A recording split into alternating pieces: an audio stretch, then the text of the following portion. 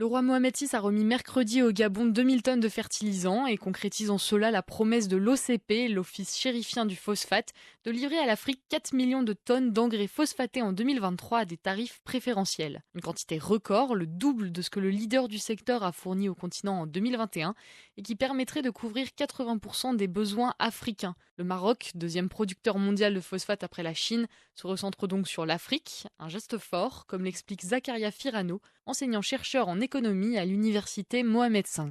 Les dons qui ont été effectués par le souverain, le roi Mohamed VI, permettent un peu de pouvoir ancrer cet esprit de solidarité au niveau africain pour dire simplement que s'il y a flambée des prix à l'international des produits d'engrais, des produits qui sont extraits du phosphate, le Maroc il est là pour pouvoir épauler, aider les pays africains. Le continent connaît une crise alimentaire sans précédent que la guerre en Ukraine a renforcée avec des sanctions occidentales contre la Russie, premier exportateur mondial de fertilisants. Les prix des engrais et du gaz naturel essentiels à leur fabrication se sont envolés. Un problème pour les pays africains qui dépendent de cette ressource pour assurer l'alimentation de leur population en augmentation rapide.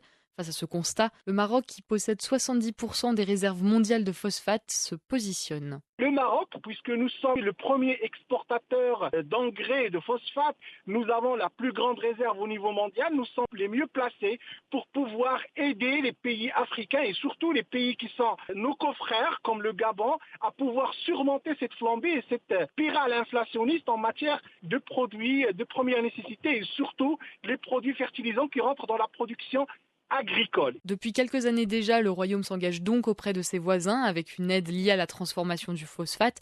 Rabat a par exemple inauguré en octobre dernier une usine de mélange d'engrais au Nigeria et signé un contrat pour en installer une autre en Éthiopie et au Rwanda, déjà présent dans 16 pays du continent. À travers une douzaine de filiales, le pays mise sur une coopération adaptée aux besoins de l'Afrique. Le Maroc aujourd'hui s'inscrit dans une nouvelle stratégie. Il va sortir un peu de ce cloisonnement des 12 pays qui utilisent un peu les exportations du phosphate du Maroc et des engrais. Là, je parle en particulier du Brésil, de la Turquie, je parle un peu de l'Asie, de l'Argentine, etc. Et on va commencer un peu à aller sur le marché africain. Le Maroc compte notamment mettre en place une nouvelle génération de fertilisants, produits localement et adaptés aux sols et aux fermiers du continent.